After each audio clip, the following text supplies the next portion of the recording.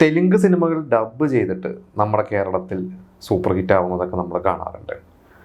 ഇതുപോലെ നമ്മുടെ മലയാളത്തിലെ ചില സിനിമകൾ തെലുങ്കിൽ ഡബ്ബ് ചെയ്ത് ഹിറ്റായി നമ്മുടെ ഒരു മലയാളി നടൻ സുപ്രീം സ്റ്റാറായി ഒരുപാട് വർഷം തെലുങ്കിൽ വിലസിയിട്ടുണ്ട്. ആ ഒരു നടനെക്കുറിച്ചും അദ്ദേഹത്തിൻ്റെ സിനിമകളെക്കുറിച്ചൊക്കെയാണ് ഞാൻ നിങ്ങളോട് ഷെയർ ചെയ്യാൻ പോകുന്നത്. തെലുങ്ക് സിനിമകളുടെ ഒരു പ്രത്യേകത എന്താണെന്ന് വെച്ച് കഴിഞ്ഞാൽ അവിടെ എന്ത് തരം കഥയായാലും അവരതിന് ആക്ഷൻ രംഗങ്ങൾക്ക് അവർ വളരെയധികം പ്രാധാന്യം കൊടുക്കുന്നുണ്ട്. അതുകൊണ്ട് തന്നെയാണ് നമ്മുടെ മലയാളത്തിലെ ചില ആക്ഷൻ സിനിമകളൊക്കെ അവിടെ സൂപ്പർ ഹിറ്റായിട്ടുള്ളത്. അതിൽ പ്രധാനം നമ്മുടെ സുരേഷ് ഗോപിയുടെ സിനിമകളാണ്. സുരേഷ് ഗോപിയാണ് തെലുങ്കിൽ സുപ്രീം സ്റ്റാർ എന്നൊരു ടൈറ്റിൽ ലഭിച്ച ഒരു മലയാളി നടൻ. എനിക്ക് തോന്നുന്നു മറ്റു മലയാള നടന്മാർക്കൊന്നും ലഭിക്കാത്ത ഒരു ഭാഗ്യമാണ് സുരേഷ് ഗോപിക്ക്. സുരേഷ് ഗോപിയുടെ സിനിമകൾക്ക് അവിടെ ലഭിച്ച സ്വീകരണം. അതിനൊരു തുടക്കം ശരിക്കും പറയുകയാണെങ്കിൽ നമ്മുടെ കമ്മീഷണർ സിനിമ തന്നെയാണ്. കമ്മീഷണർ നമുക്കറിയാം 94 നമ്മുടെ കേരളത്തിൽ റിലീസ് ചെയ്തത്. 94 വിഷുവിന് ഇറങ്ങിയിട്ട് അതോടുകൂടിയാണ് സുരേഷ് ഗോപി ഒരു സൂപ്പർ സ്റ്റാറായി മാറിയത്. കേരളത്തിൽ വിജയിച്ച ശേഷം കമ്മീഷണർ തമിഴിലും തെലുങ്കിലും ഡബ് ചെയ്തിറക്കി. അതിൽ തെലുങ്ക് വേർഷനായിരുന്നു അന്ന്, എന്താ പറയുക, വളരെ സർപ്രൈസ് ആയിരുന്നു. അന്ന് തെലുങ്ക് വേർഷനാണ് ഏറ്റവും കൂടുതൽ അന്ന് ഹിറ്റായത് തമിഴിന് വെച്ച് നോക്കുമ്പോൾ. പോലീസ് കമ്മീഷണർ എന്നായിരുന്നു അതിൻ്റെ പേര്.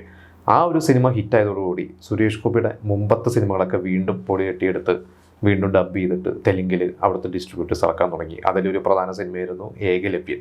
ഏകലവ്യൻ എന്ന് പറയുന്ന സിനിമ 93 ഇവിടെ റിലീസ് ചെയ്തത്. അത് കഴിഞ്ഞ് 94 കമ്മീഷണർ നമ്മുടെ കേരളത്തിൽ റിലീസ് ചെയ്തത്. അപ്പോൾ കമ്മീഷണറാണ് ആദ്യമായിട്ട് ഡബ് ചെയ്തിട്ട് അവിടെ റിലീസ് ചെയ്തെങ്കിലും കമ്മീഷണർ ഹിറ്റായതോടുകൂടി വീണ്ടും പഴയ സിനിമകളൊക്കെ പൊടിയെട്ടിയെടുത്ത് അവിടെ ഇറക്കാൻ തുടങ്ങി. അങ്ങനെ ഏകലവ്യൻ എന്ന് പറയുന്നൊരു സിനിമ അവിടെ ഇറങ്ങി. അതവിടെ ഹൈദരാബാദിലൊക്കെ ഭയങ്കര വിജയമായി പോയി. അതായത് പ്രതീക്ഷിക്കാത്ത രീതിയിൽ ക്രൗഡ് കയറി കാണാൻ തുടങ്ങി. ആ ഒരു സിനിമയുടെ വരുന്നത് CBI ഓഫീസർ എന്നൊക്കെയായിരുന്നു.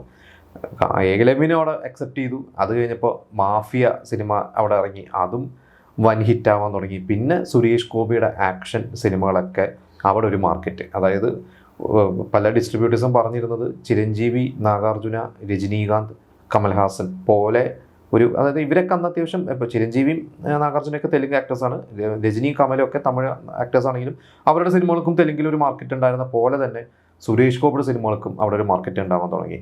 അന്ന് നമുക്കറിയാം പിന്നീട് മലയാളത്തിൽ അതുപോലെ ഒരു നടൻ നമുക്ക് പറയുകയാണെങ്കിൽ അല്ലു അർജുനാണ്. ഈ പറയുന്ന ചിരഞ്ജീവിയുടെ ആയാലും പല നടന്മാരുടെ സിനിമകളൊക്കെ ഡബ് ചെയ്തിട്ട് ഇവിടെ ഹീറോ പോലത്തെ സിനിമകളൊക്കെ ഇവിടെ ഓടിയിട്ടുണ്ടെങ്കിൽ കൂടി അല്ലു അർജുനാണ് ആ ഒരു ട്രെൻഡ്. ശരിക്കും അല്ലു അർജുൻ സിനിമകൾക്കാണ് അങ്ങനത്തെ ഒരു ട്രെൻഡ് ഇവിടെ തുടങ്ങിയിരുന്നത്. നമുക്കറിയാം ആര്യ 2, ബണ്ണി, ഹാപ്പി, കുറേ സിനിമകൾ അല്ലു അർജുൻ്റെ ഇവിടെ റിലീസ് ചെയ്തിട്ട് ഡബ് ചെയ്ത. അത് സിനിമ മോശമായാലും നല്ലതായാലും ഒരു ഇനീഷ്യൽ പുള്ള് ഉണ്ടായിരുന്നു അല്ലു അർജുൻ്റെ സിനിമകൾക്ക്. അതിൻ്റെ ഒരു പ്രധാന കാരണം പറഞ്ഞാൽ അല്ലു അർജുൻ്റെ ഒരു വോയിസ്. നമുക്കറിയാം പിന്നീട് സംവിധായകനായി മാറിയ ജിസ്റ്റോയാണ് അല്ലു അർജുന് ശബ്ദം കൊടുക്കുന്നത്. അപ്പോൾ പുഷ്പയിൽ വരെ അദ്ദേഹം തന്നെയാണ് ശബ്ദം കൊടുത്തിട്ടുള്ളത്. അപ്പോൾ അല്ലു അർജുൻ എന്ന് പറയുമ്പോൾ ജിസ്റ്റോയുടെ ശബ്ദമാണ് നമ്മുടെ മനസ്സിലേക്ക് വരുന്നത്. അതേപോലെയായിരുന്നു സുരേഷ് ഗോപിക്ക് അവിടെ ഡബ് ചെയ്തിരുന്നത് സായ് കുമാർ എന്ന് പറയുന്ന, നമ്മൾ പലർക്കും അദ്ദേഹത്തിനെ കണ്ടാൽ അറിയുമായിരിക്കും. അദ്ദേഹം ഒരുപാട് സിനിമകളിൽ അഭിനയിക്കുന്നതാണ്, നല്ല ഡബ്ബിംഗ് ആർട്ടിസ്റ്റാണ്. അദ്ദേഹമാണ് സുരേഷ് ഗോപിക്ക് അവിടെ ഡബ് ചെയ്തിരുന്നത്. പിന്നീട് വന്ന സുരേഷ് ഗോപിയുടെ മിക്ക സിനിമകളും, അതിൽ തക്ഷശില എന്ന് പറയുന്നൊരു സിനിമ റിലീസിന് മുമ്പ് തന്നെ അവിടുത്തെ പല റൈറ്റ്സും വിറ്റുപോയിട്ടുള്ളതാണ്. പിന്നെ കാശ്മീരം എന്ന് പറയുന്നൊരു സിനിമ, ആ ഒരു സിനിമ മലയാളത്തിൽ കാശ്മീരം ആണെങ്കിലും തെലുങ്കിൽ ഡബ് ചെയ്തപ്പോൾ അത് ന്യൂഡൽഹി എന്ന പേരിലായിരുന്നു തെലുങ്കിൽ ഡബ് ചെയ്ത് ഇറക്കിയത്. ആ സിനിമ ഹിറ്റായിരുന്നു. പിന്നെ കുറേ സിനിമകൾ, മഹാത്മാ, രജപുത്രൻ, പിന്നെ യുവതുർക്കി എന്ന് പറയുന്ന സിനിമ, അതിൽ വിജയശാന്തി ആയിരുന്നു നായിക. നമുക്കറിയാം അത് ABCL കോർപ്പറേഷൻ, അമിതാഭ് ബച്ചൻ്റെ കമ്പനി പ്രൊഡ്യൂസ് ചെയ്ത സിനിമയാണ്. മലയാളത്തിൽ ആ സിനിമ അന്ന് എനിക്ക് സുരേഷ് ഗോപിക്കാട്ടും കൂടുതൽ റെമ്യൂണറേഷൻ വിജയശാന്തിക്ക് കൊടുത്ത സിനിമയായിരുന്നു. അന്നത്തെ ഏറ്റവും വലിയ ബിഗ് ബഡ്ജറ്റ് സിനിമകളൊന്നായിരുന്നു. പക്ഷേ സിനിമ ഇവിടെ കേരളത്തിൽ പരാജയമായിരുന്നു. 96 ഓണത്തിനാണ് ആ സിനിമ റിലീസായത്. ഇവിടെ ആ സിനിമ പരാജയമായിരുന്നു. പക്ഷേ ആ സിനിമയും ഡബ് ചെയ്തിട്ട് അവിടെ റിലീസ് ചെയ്തിട്ടുണ്ട്. പിന്നീട് വന്നിട്ട് പല സിനിമകൾ, ലേലം ആയിക്കോട്ടെ, FIR ആയിക്കോട്ടെ, അതിൽ ലേലം അത്ര വലിയ വിജയമല്ലായിരുന്നു. FIR വിജയമായിരുന്നു, നരിമാൻ വിജയമായിരുന്നു. പിന്നെ കുറേ കഴിഞ്ഞിട്ട് സുരേഷ് ഗോപി ഒരു ഇടവേള എടുത്ത് തിരിച്ച് വീണ്ടും അഭിനയ രംഗത്തോട്ട് വന്ന് ഭരചന്ദ്രൻ IPS ടൈഗർ സിനിമയൊക്കെ ചെയ്തപ്പോൾ അതിൽ പലതും വീണ്ടും അവിടെ ഡബ് ചെയ്ത് ഇറക്കാൻ തുടങ്ങി. അപ്പോൾ ഡിസ്ട്രിബ്യൂട്ടേഴ്സ് നോക്കുന്നത് എന്താണ് അതിൽ, ഈ പറയുന്ന പോലെ സുരേഷ് ഗോപിയുടെ ഒരു സിനിമകളുടെ ഒരു പ്രത്യേകത എന്ന് പറഞ്ഞപ്പോൾ പ്രധാനമായിട്ടും ആക്ഷൻ തന്നെയാണ്. പിന്നെ അതിൽ ഈ പറഞ്ഞ പോലെ തന്നെ ഒരു ഭയങ്കര പഞ്ച് കിട്ടുന്ന തരത്തിലുള്ള സീൻസ്, നമുക്കറിയാം ഭയങ്കര മാസ് സീൻസുകൾ, ഭയങ്കര ഹീറോയിസം സീൻസുകൾ.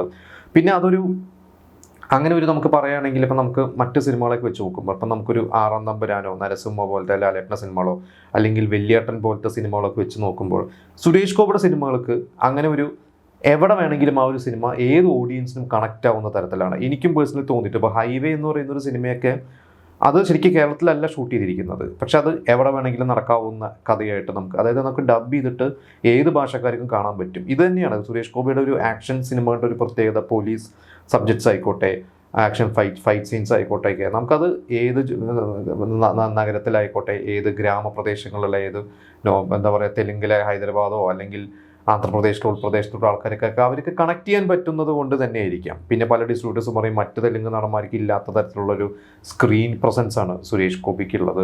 അതുകൊണ്ട് തന്നെയായിരിക്കാം സുരേഷ് ഗോപിനെ അവർ അക്സെപ്റ്റ് ചെയ്തതെന്ന് ഈ പറഞ്ഞ സുപ്രീം സ്റ്റാർ എന്നൊക്കെ പറഞ്ഞ് സുരേഷ് ഗോപിക്ക് ഒരു എന്താ പറയുക ഒരു പേരൊക്കെ അവർ ഇട്ടുകൊടുത്തത്. പല സിനിമകളുടെയും സുരേഷ് ഗോപിയുടെ ശരിക്കും കേരളത്തിൽ പരാജയപ്പെട്ട സിനിമകളുണ്ട്. ഇതിൽ നമ്മൾ പറയുന്ന രജപുത്രനായാലും അല്ലെങ്കിൽ മഹാത്മയായാലും ഒക്കെ ഇവിടെ അത്ര വലിയ വിജയമല്ലായിരുന്നു. പക്ഷേ ഈ പല സിനിമകളുടെയും പ്രൊഡ്യൂസേഴ്സിന് ലാഭം കിട്ടാൻ കാരണം ഇത് തെലുങ്കിൽ നല്ല പൈസയ്ക്ക് വിറ്റുപോയതുകൊണ്ടും തെലുങ്കിലൊക്കെ ഡബ് ചെയ്ത് അവിടെ ഇറക്കി അവിടെ ഹിറ്റായതുകൊണ്ടൊക്കെ തന്നെയാണെന്നാണ് ഞാൻ വിശ്വസിക്കുന്നത്. എന്തായാലും സുരേഷ് ഗോപിയുടെ സിനിമകൾ തെലുങ്കിൽ ഡബ് ചെയ്തിട്ട് ഞാനിതുവരെ കണ്ടിട്ടില്ല. ഇനി ഒന്ന് സെർച്ച് ചെയ്തിട്ട് കണ്ടു നോക്കണം. എനിക്ക് തോന്നുന്നു എന്തായാലും ഉണ്ടാവും അത്.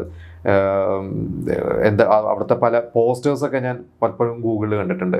അപ്പോൾ എന്തായാലും അതൊന്ന് കാണണം. നിങ്ങളങ്ങനെ ആരെങ്കിലുമൊക്കെ തെലുങ്ക് അല്ലെങ്കിൽ ഹൈദരാബാദോ ആന്ധ്രാപ്രദേശിലൊക്കെ തിയേറ്ററുകളിൽ അന്നത്തെ കാലത്ത് 90s സുരേഷ് ഗോപിയുടെയൊക്കെ സിനിമകൾ അവിടുത്തെ തിയേറ്ററിൽ പോയിട്ട് നിങ്ങൾ ഡബ് ചെയ്തിട്ട് കണ്ടിട്ടുണ്ടോ എന്നുണ്ടെങ്കിൽ നിങ്ങൾ ആ എക്സ്പീരിയൻസ് ഒക്കെ നിങ്ങൾ നമ്മളോട് ഷെയർ ചെയ്യുക. ഇതുപോലെ എനിക്ക് തോന്നുന്നു വേറെയും സിനിമകളുണ്ട്. ഞാൻ ഈ അടുത്ത് വേറെ കുറച്ച് സിനിമകളെ കുറിച്ചൊക്കെ, മമ്മൂക്കയുടെ ദ്രോണ എന്ന് പറയുന്നൊരു സിനിമ, ആ സിനിമ ഇവിടെ ശരിക്കും വലിയ വിജയമല്ലായിരുന്നു. പക്ഷേ ഈ അടുത്ത് ഞാനൊരു പോസ്റ്റ് വായിച്ചു, ആ ഒരു സിനിമ ഏതോ ഹിന്ദി ചാനലിലാണെന്ന് തോന്നുന്നു, അതോ ഓൺലൈൻ അവരുടെ യൂട്യൂബ് ചാനലാണെന്ന് അറിയില്ല, എത്രയോ മില്യൺ വ്യൂസൊക്കെ വന്ന്, അതായത് അത് ശരിക്കും പറഞ്ഞാൽ നമ്മളൊരു മലയാളിത്തമുള്ള ഒരു സിനിമയാണ് ശരിക്കും ദ്രോണയൊക്കെ. ഇവിടുത്തെ ഒരു എന്താ പറയുക വരിക്കശ്ശേരി മനയും പൂജയും ഇത്തിരി ഹൊററൊക്കെ ഉള്ളതാണ്. പക്ഷെ ആ സിനിമ അവിടെ അക്സെപ്റ്റ് ചെയ്തു എന്നുള്ളതാണ്. അതായത് ഹിന്ദി ഓഡിയൻസ് അത് കാണുന്നു.